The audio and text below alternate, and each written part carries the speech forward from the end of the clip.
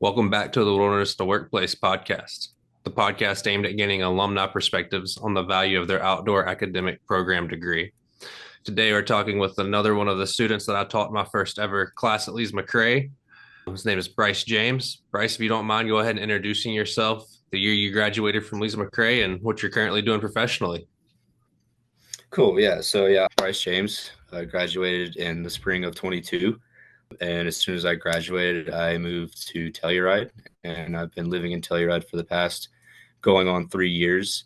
And currently in the winter season, I snowboard instruct 3 days a week. And then I work at a mountaineering gear shop 2 days a week in town. And during the summertime, I still work at the gear shop, but I also do zipline guiding for the summertime. Is that zip line guiding also through Telluride? So that's kind of like a seasonal year round position in your world? Essentially, the departments aren't tied together in any way, but up until this past September, my housing was attached to my employment with the resort because I was in a resort based housing situation. And since I've moved out of that is why I'm doing more time, working more with the gear shop, and then able to like split time between instructing and guiding, which has been nice because up until then it was I had to work a certain amount of shifts or hours a season in order to stay in my housing, which is, I mean, it's a great opportunity because without the employee housing, I never would have been able to get here in the first place. So it kind of is a year-round thing in a sense. There's the shoulder seasons where everything gets slow and the resort's closed and whatnot. And then I'm spending all my time at the gear shop. But yeah, it's practically a year-round situation. No, it's awesome. Is that how most people you think that are not from that area are transitioning to live there as resort housing for the first year? Is that pretty typical? From what I've seen and everything, like everyone that I've talked to, yeah, that typically happens where someone just comes into a new spot and they're interested in just spending some time at the resort. A lot of resorts do have the opportunity to get resort housing. It, I do have friends that were able to find housing just outside of town or even in town for a pretty steep price. But that was another good thing about the employee housing is it's an affordable price to pay. It also gets workers into the resort and I mean to obviously keep the resort running. But yeah, I would say that a good bit of people that like aren't born and raised here end up here through some sort of employee housing connection. That's a good point for people that are maybe considering the ski industry to know about how to get away from if they're looking to go out west. That's a good avenue. So, Bryce, now that Definitely. we've got And a a lot of people can I was go just going to ahead, say a man. lot of people like you can just do it for a season. You can just see how the winter is, see how the summer is, and then go to another resort or settle down here. I mean, it's kind of cool how it works out that way. So, Bryce, now that we've kind of got a good introduction to you and kind of what you're into, excited to get to kind of hear the story of your time at Lees-McRae and how that helped you get to where you're at today. So first off the bat is how did you discover Lees-McRae and what initially drew you into the school and into the outdoor rec management program? So initially discovering Lees-McRae when I was in going into senior year of high school, I had planned on going into the military, and my was not a fan of that. And so she had like been talking with my football and lacrosse coach about like getting some kind of scholarship to go to college to play lacrosse. That way, she really wanted me like to have like a goal and a focus while I was in school because I didn't want to go to college at all. And so I was just bouncing around from all these different like D2, D3 schools, trying to find somewhere that like I kind of enjoyed being at more than anything. Not really, it wasn't really about like playing lacrosse or the team quite as much. But I had done one of my final like prospect camps for the time period, and I just wasn't stoked on the school. And on the drive home, I was talking to my mom and my dad about it, and they were getting upset. They're like, "This is a great opportunity. You should be excited about this." I'm like, "Yeah, I just don't really like this particular campus or whatever it is that it was at the time." But while we were having that conversation, I actually got an email from the Lees-McRae lacrosse coach while we were driving back home. And so I opened it, started reading it, and I was like, "Oh, this place is pretty high up in the mountains for North Carolina." that seems pretty interesting. And then my dad mentioned, he's like, yeah, this college is right between Beach and Sugar Mountain. That's where we taught you and where we like have grown up riding. So I was like, oh, that's pretty interesting. It's right in between two resorts. That's a pretty cool situation. And so initially, being in between Beach and Sugar Mountain was what drew me to like come and visit the campus or come and visit the campus and like respond to the lacrosse coach and get into it that way. And so I ended up committing, and then I played lacrosse for my freshman and sophomore year. And during that time, I was also majoring in wildlife biology, and things just weren't going great for me. So I parted ways with the lacrosse team. And when I did that, I was just like, I'm not really enjoying wildlife biology either. I don't know what I'm going to make out of this. I don't know if I'll be able to use it for anything like in a career sense, because I didn't want to go like and get my master's degree. So I was like, well, what else is available?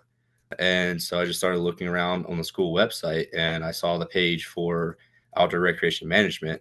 I just started reading into it, and I'm like, wow, this is pretty crazy. I never knew that this existed. I never knew that I could study the things that I was doing in my free time. Um, and so I set up a meeting with Katie, Dr. Katie Wall, and it was pretty annoying at the time, because when I set up the meeting and we had our whole interview, everything went great. And she said, well, it sounds like you should have been an outdoor recreation student from the jump. And I was like, yeah, it does sound like I should have been. I was like, hey, can I go ahead and just like switch now? And I was like 1 or 2 days outside of the transfer period or whatever they call it to like switch majors at the beginning of the semester. So I had to go through one more semester of wildlife biology, and then the spring semester of my junior year was my first semester with outdoor recreation management. And that truly like changed my entire college experience, was meeting Dr. Katie Wall and getting involved with the outdoor recreation management program, and specifically doing all the trips, which I'm sure we'll get into here in a little bit, but doing those trips and then having those hands-on classes really just changed my entire college experience. And it's been nice being able to actually use skills and knowledge that I learned in college in my everyday life, because it's so often that I hear people talk about, oh, I majored in this, but my job has nothing to do with my major whatsoever. And so it does feel nice to be able to use that education and experience in my professional life. Yeah, so thinking about, while we're talking about what you do and kind of what's those skills that are most valuable to your life today, what are those skills, and maybe what are the courses that help develop those skills that you use now in your day-to-day work life? So probably the biggest class, or the class that's had the biggest impact on me, was the risk management class.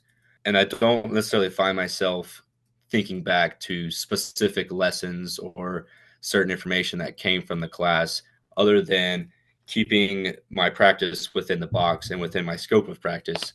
Like if I'm teaching a kid how to turn on their toes, I'm not going to take them into the park and start doing 360s immediately after they learn how to turn on their toes, because that's just irresponsible and risky. And so, like, just being able to assess the situation and understand all the different avenues that the day could go if I make this decision or I do this at this time. So risk management overall is probably one that I use the most on a day-to-day basis. But like outdoor living skills and like the mountain biking class that you taught me, and then like rock climbing classes, all these like experiential classes have had a major impact on both my personal and my professional life, even down to the point of just like being able to talk about this activity to someone who has a lot more experience, and I can just talk about it without sounding like a complete rookie, even though I most likely am a rookie in that sense. But I'm able to carry myself with the confidence that I've done it before, and I've had a professional introduction to the sport. And it's just, it is really nice on that end. And then also like being able to actually apply the skills that I've learned in the classes. I think that risk management course is one that's popped up a few times across these interviews as something y'all use daily and the important ones. So you Yeah. talked a little bit earlier about some of the expeditions or experiences, and I know I know you've done a few now as like an assistant trip leader with us as an alumni. Which one of those experiences did you get to do, or what all experiences did you get to do as a student? So in total, I've been on.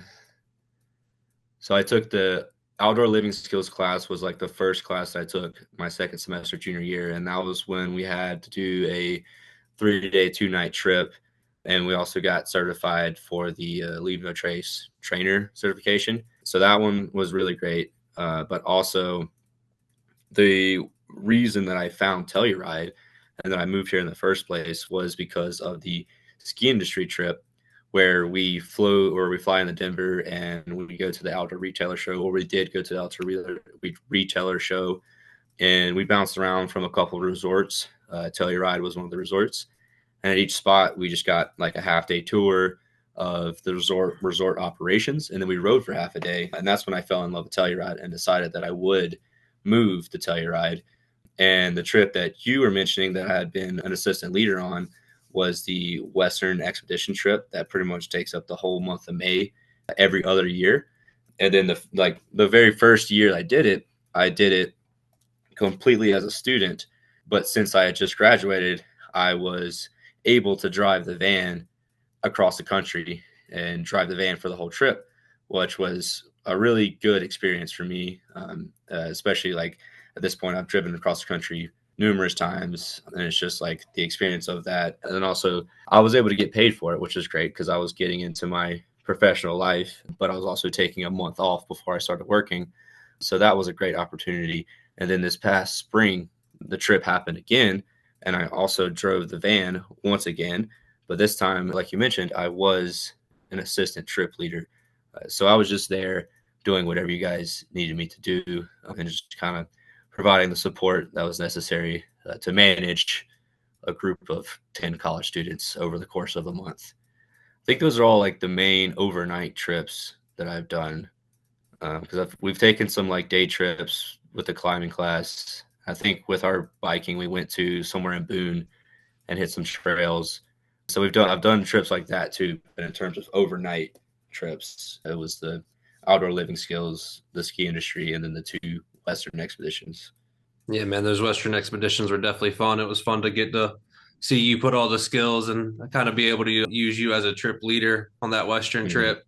It's also super cool for our current students to get to interact with somebody that's in the field and doing things professionally. It was cool for you to be able to kind of show off what you were doing and tell your ride and get the current students excited about the possibilities when they leave Banner out. Thinking back on just some experiences you had while you were in school, I know we just talked about some of the bigger trips, but even thinking about just other experiences, things on campus, things outside of school, what are some of those things that come to mind when you think back on your time at Lees-McRae? Well, I definitely started camping with my friends a lot more once I got into the outdoor recreation program, and just meeting everyone else that was in the program and on the snowboarding team, which I also, when I quit lacrosse, I joined the snowboarding team. I don't think I mentioned that originally, but like just hanging out with all these people who are just, what I noticed is like they're very comfortable with themselves and who they are, and they're just generally very happy people. And until that point, the people that I was surrounding myself with, like going back on it, probably weren't very comfortable with who they were as a person, and just like not having a great time in life and dishing it out on other people. And so getting into the outdoor recreation world and getting all these like fresh and nice personalities was definitely a breath of fresh air. And so that did have a pretty big, and just being around those types of personalities had a pretty big impact on me enjoying college, because up until that point I had been having a pretty rough time. And so it was, like I said, it was just nice to see a bunch of smiling faces and people excited to do all these activities that I'd always wanted to do, but it was kind of tough to get into it completely on my own. Once you were finally into those activities, and, we've talked about it, we're spoiled with some of the outdoor recreation we have just on campus, being able to immediately leave your dorm, go on a little mile and a half or better hike from wherever you want to go to on the South Campus trails or go hang out by the river. And like you said earlier, we're split right between two ski resorts, big national forest. Where did you find yourself kind of spending most of your time in Banner Elk? If I wasn't, well, specifically like during the winter months, I spent a lot of my time on Beach Mountain working at the resort. And also, one of my teammates, his parents had a condo up there. So a lot of times I would live up there part time as well. But working at the resort, my freshman year, I was a rental technician. And then sophomore year, I was the assistant manager of rentals. And then junior year is when I started instructing. And that's another thing about the outdoor recreation management degree is that I got my level 1 certification through a college course and like through a class that was on my schedule and I got credits for. And then I think even cooler than that is that the following year, my senior year, I needed an internship to like finish school. And Dr. Katie was able to work it out to where I could just teach the level 1 class, the same class I taught last year. I teach that class, and then that would count as my internship. And then teaching that class to a lot of students that were my friends that I hung out with casually, I think that had a big role on my professional development, just like being able to separate that personal and professional relationship with people and just kind of set the tone that I am the teacher. I'm giving you the best information possible, but we're going to work through this together to make sure that you learn it. And so I apply that a lot in my snowboard lessons, just establishing myself as the teacher, but also having that open communication as if I'm with a peer, even though it's like just someone that I'm going to know for that day, but it helps develop the lesson. So that had a really big impact on my professional life, teaching the class for my internship. Yeah, is that something that you find that's kind of helpful even with what you do today when you're instructing a group that's similar in age to you or maybe even a little bit older, trying to sell them that, hey, I know I look young, but I'm the expert in what I'm doing and I've been doing it for quite a while now.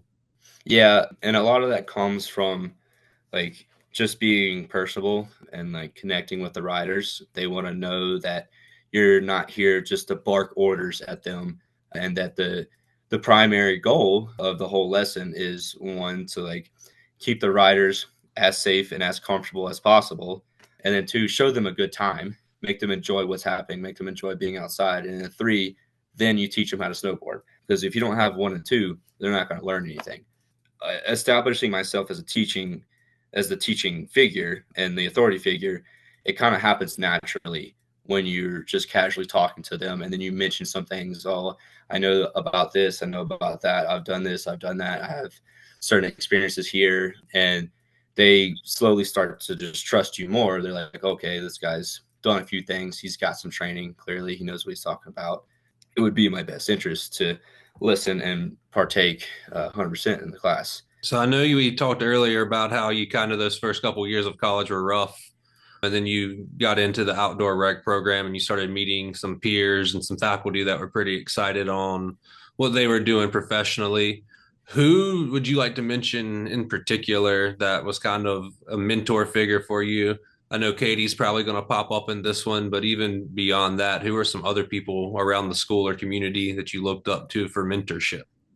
Yeah, so obviously, yeah, Katie was the biggest one because she kind of showed me that all this was possible, and was like always like happy to answer my questions and like shared my enthusiasm.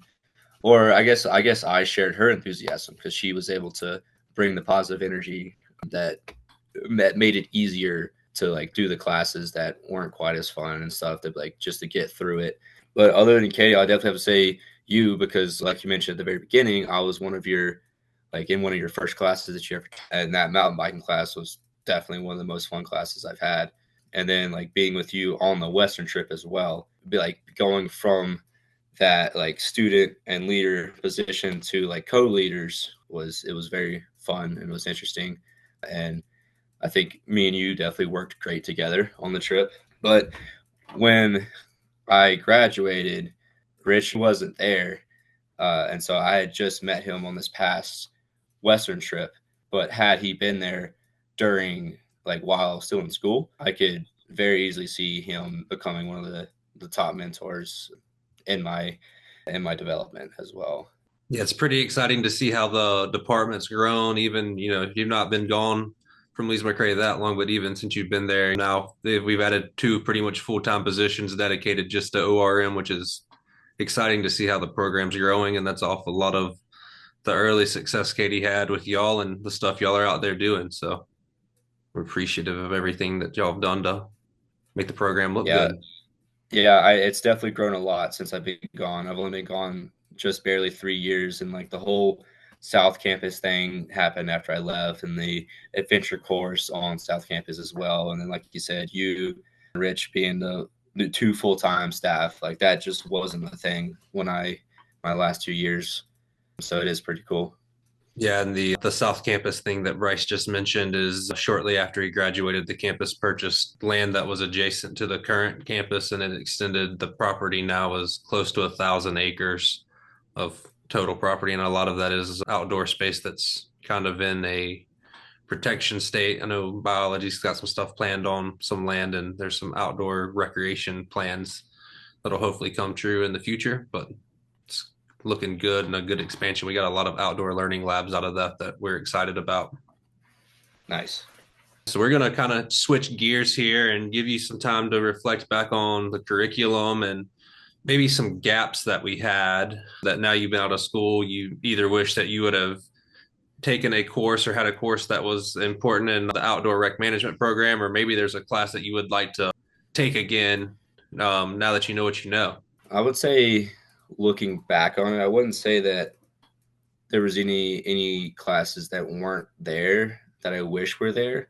Now, I mean, honestly, like I think it's the Costa Rica trip where it's like scuba diving and sailing and stuff like that. That, I mean, that would have been really cool to do, but with me being more of a mountain focused person, those certifications probably wouldn't have had a lot of weight in my professional life. However, it would have been cool to have the experiences and then maybe decide, oh, if I do that thing, get the certs of like scuba diving or sailing, maybe I will spend a summer on the coast just for fun, just because I feel comfortable in that environment. I don't have to go in completely blind. But other than that, the level one class definitely had a big impact because that's my primary job right now. And it's the job that I get paid for the most, or I get paid the most for.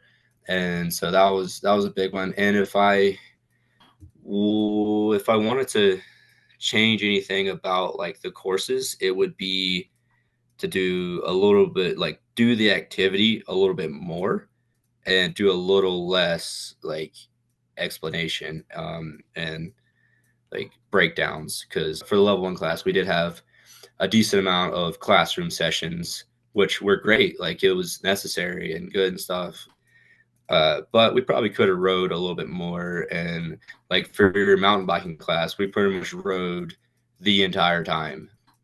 And I feel like I got a lot out of just being on the bike and getting a feel for it in like a real sense.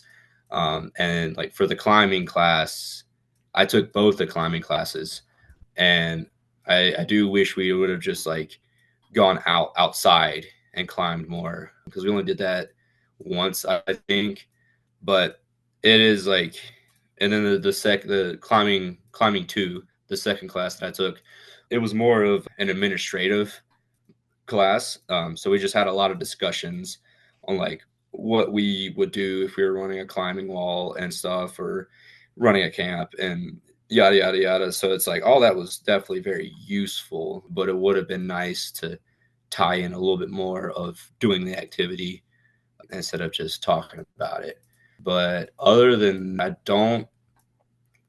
can't think of a particular class that I would want to retake at this like point in my life, just because I felt like all the classes I did take that were affiliated with outdoor recreation management, the information got through to me, at least everything that was important or like the highlights of the course. Yeah, obviously I can't like recall all the details and lessons that I got from the climbing class or even your bike class, but I can remember the stuff that I was able to apply to my riding or to my climbing. And so we like to call them like little information nuggets. And so I can recall certain nuggets that came from the classes, and those have like been able to transfer over pretty well from like year to year and activity to activity. But overall, I would say that the class structure and the curriculum is very solid, and I found it beneficial all the way around. So we're gonna, give you the chance now to give some advice to outdoor rec students that are in the program currently, and then maybe that high school kid that is thinking about what to do with their next step in the career. Maybe that they're kind of like you, weren't necessarily stoked on going to college. What would you tell them now? I would definitely say like read all about outdoor rec, but not just outdoor rec. Read about any major that could be interesting to you. Read into it, see what it's about, and don't let a bunch of external factors influence what you major in or what you go to college to do.